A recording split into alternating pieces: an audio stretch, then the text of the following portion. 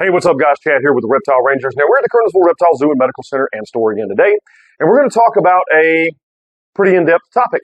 Okay, we've been asked on several occasions and dealing with a couple of Facebook groups. There is a video that we have been asked to do in-depth on snake mites. So we're going to dive deep into that today and talk about snake mites, what causes them, treatments, things like that. Okay, how to deal with them. All right. Now, just before we get into that, right down in that bottom corner is our subscriber button. Make sure you hit that.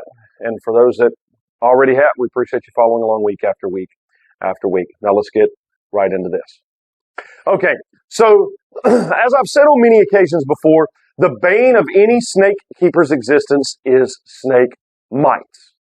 It's going to happen at some point in time. I don't know of anybody.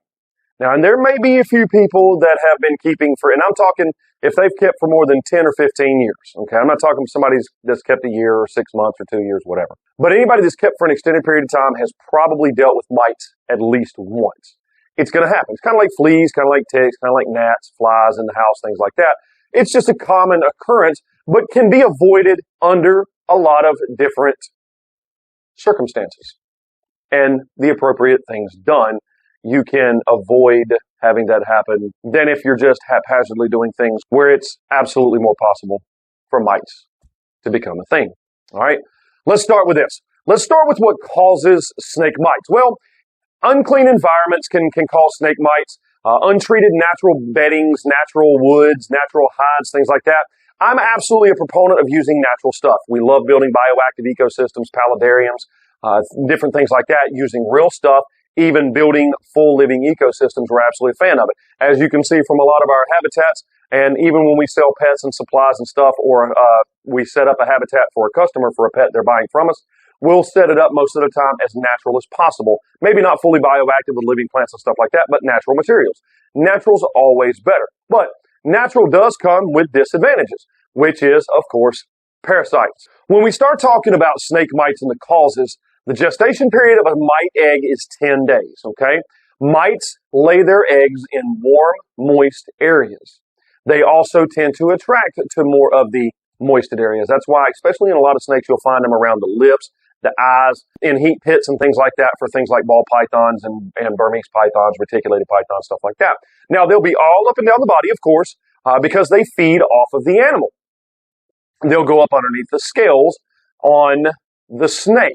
But when they leave, okay, in a lot of cases, they lay their mite eggs in warm, moist bedding. So keeping a clean environment is also going to help with the crucial aspect of not having a mite infestation. Meaning, the animal it gets in its water dish and overflows the water dish. The animal gets in the water and overflows the water dish. Well, if that water sits there for extended periods of time in that bedding, it can cause mites. It can be an area for mites to be attracted to. If they spill the water dish, if they have an excessive urination movement along with a bowel movement, all of these different things can be causes or can help cause that. Again, going back to untreated natural beddings, I don't care if it's Reptibark, Reptichip, I don't care if it's mulches, whatever the case may be, aspen bedding, all these different things. Some of that stuff is treated, yes, before it's put in there. But still, mites can happen. All that's got to happen is for that bedding to become wet, nasty, and sit there for an extended period of time. And it's a good possibility you may actually have mites from the treated bedding. So, real woods, real logs, real rocks, real mulches and stuff like that for beddings. The mites happen a lot of times from natural, untreated materials. Okay, that's how they can happen. Dirty environments is another reason in which they can happen. Wet environments, excessively wet environments in bedding, that is another reason that can happen. One snake having mites, going to a reptile expo is a really popular one. Going to a reptile expo and there's I can't tell you the countless times I've seen mites on snakes and vendors' tables. Even vendors don't like other vendors bringing their snakes around in a lot of cases because who knows if one vendor knows he doesn't have mites, but then he doesn't want anybody else potentially bringing it in there. I mean, that's just what's there. I mean, unfortunately, that's the expos. So it can be cross-contamination. Okay, mites can transfer from one pen to another. You have one snake that gets mites, then it's a good possibility that they may come out of that pen and they may travel to other pens and there in turn infest other habitats. So that's what can cause mites. Okay, What are some things that you can do to treat mites? Well, there are so many different options, from Dawn in water to olive oil to mite sprays to household chemicals to things created to soaks, heat treating your natural stuff. One of the things you can do to cure your natural materials is, and the best option, if you have an oven big enough, 200 degrees for 2 hours in the oven, and it'll kill every single parasite on it. That's a way of curing it. You can do that from your beddings. You can do that to your woods, to your hides, to your logs, to all kinds of different things. Just make sure nothing touches the heating element source. That is a disclaimer. Before somebody goes, oh, well, I put it in there and it caught on fire. It's only going to catch on fire as if it touches your heating element, okay? Don't let your materials touch the heating elements inside of the stove. Another method that you can do is bleaching process. It's a 3-day process. You'd have to have a vat big enough. You put full bleach into a vat, let them soak for 24 hours, pour the bleach out, put water in, let it soak in the water for 24 hours, pour that water out, and then do another 24 hours in more water, and that rinses all the bleach out of the housing items. It's a longer process. I like the cooking method. You don't have a stove big enough. I mean, a lot of the times people can fire harden. You can do it just by a fire in the backyard, a little campfire, or a little deck, campfire decorative thing that you can put a little fire in there. I mean, all it's got to be is just got to get hot. You're just killing the parasites on it, okay? When it comes to chemicals, there are things that you can do. One of the things that we tend to do when we see or have a snake come in with mites, how we deal with the problem is if it's a snake in a habitat, the habitat gets completely broken down and doesn't get set back up until we know the mites are gone. We'll take and we'll soak the snake. The first soak is 24 hours. It stays in water for 24 hours, warm water. Not deep. It's just a small amount of water, enough to kind of cover the back. They can still breathe. They can still sleep with their head propped up against the side of the enclosure. But for that 24 hours, it drowns every mite on it. That's a great starting point, okay? And then for the next 14 days, they just get soaked once a day for about 15 to 20 minutes in warm water. Anything that may have hatched that climbs on the snake, there in turn gets drowned. You can use the mite sprays that they have at store, natural chemistry, Reptile. I think another one's just called mite spray. I'll have some of these kind of popping up as I'm talking, all these different ones. But I'm going to tell you, they're junk. It's a waste of your money.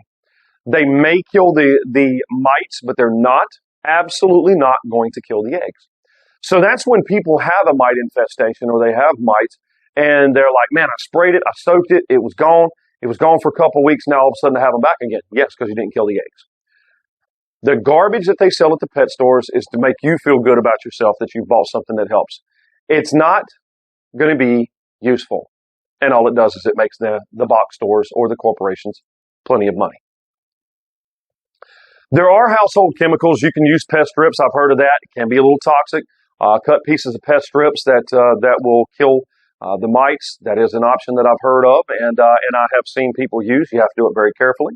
You can use Dawn detergent Dawn detergent dishwashing soap in water. You can do a small amount of that and put it in there. That works. I've seen people do the olive oil treatment. I've done the olive oil treatment years ago. I've tried it on a couple of occasions. I've tried a lot of these things just to see what might be a better solution.